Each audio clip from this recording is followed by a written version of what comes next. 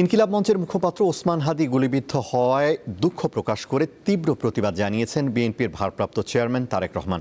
শুক্রবার রাজধানীতে বিএনপি আয়োজিত দেশ গড়ার পরিকল্পনা শীর্ষক এক কর্মশালায় ভার্চুয়ালি অংশ নিয়ে তিনি হাদির ঘটনায় নিন্দা জানান। এছাড়া ঘটনার তদন্তে বিএনপির পক্ষ থেকে সব ধরনের সহায়তার আশ্বাস দেন তারেক রহমান। শুক্রবার রাজধানীর কৃষিবিদ ইনস্টিটিউশন মিলনায়তনে দেশ গড়ার পরিকল্পনা শীর্ষক এই অনুষ্ঠানের আয়োজন করে বিএনপি। এতে ছাত্রদলের কেন্দ্রীয় ও বিভিন্ন শিক্ষা প্রতিষ্ঠানের সাবেক ও বর্তমান নেতারা অংশ নেন। বিএনপি স্থায়ী কমিটির সদস্য সালাউদ্দিন আহমেদ উদ্বোধনী বক্তব্য দেন। বলেন, নির্বাচনের তফসিল ঘোষণায় অনেকে ভারাক্রান্ত হলেও স্বাগত জানাতে বাধ্য হয়েছে। এই তফসিল ঘোষণা পর্যন্ত যতটা অবিরাম সংগ্রাম করতে হয়েছে, আর কেউ কেউ বলেছে একই দিনে গণভোট আর হলে আমরা মানি না, কেউ কেউ বলেছে 2029 সালের দিকে নির্বাচনের জন্য অপেক্ষা করেন, বলেছে কিনা? এরা সবাই, আমি কারো নাম নিতে চাই না,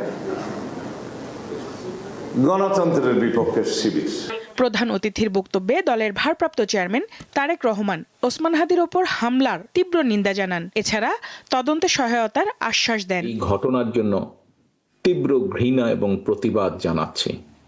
আমাদের উচিত হবে সারা বাংলাদেশে গণতন্ত্রের পক্ষে যত মানুষ আছে প্রত্যেকটি মানুষের উচিত হবে এই ঘটনার তীব্র প্রতিবাদ এবং ঘৃণা জানানোর।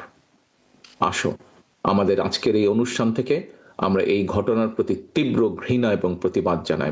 বিএনপি এবং ছাত্র দলের দায়িত্বশীল একজন কর্মী হিসাবে আমাদের দায়িত্ব হবে প্রশাসনকে, যারা এই ঘটনার সুষ্ঠু তদন্ত করবে তাদেরকে আমাদের অবস্থান থেকে সহযোগিতা করার।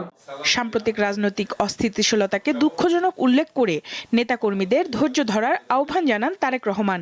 আমাদেরকে প্রতিবাদ করে তুলতে হবে এবং যে কোনো মূল্যে অন্যায়ের বিরুদ্ধে প্রতিবাদ গড়ে তুলতে হবে, যে কোনো অন্যায়ের বিরুদ্ধে এবং যে কোনো মূল্যে এই দেশের মানুষ যাতে করে তাদের হারানো গণতান্ত্রিক অধিকার ফিরে পেতে পারে তার জন্য আমাদেরকে সদা সর্বদা সচেষ্ট এবং সতর্ক থাকতে হবে।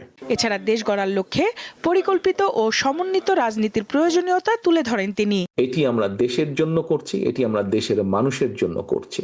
সঞ্জিদা প্লাবনী, দীপ্ত সংবাদ, ঢাকা।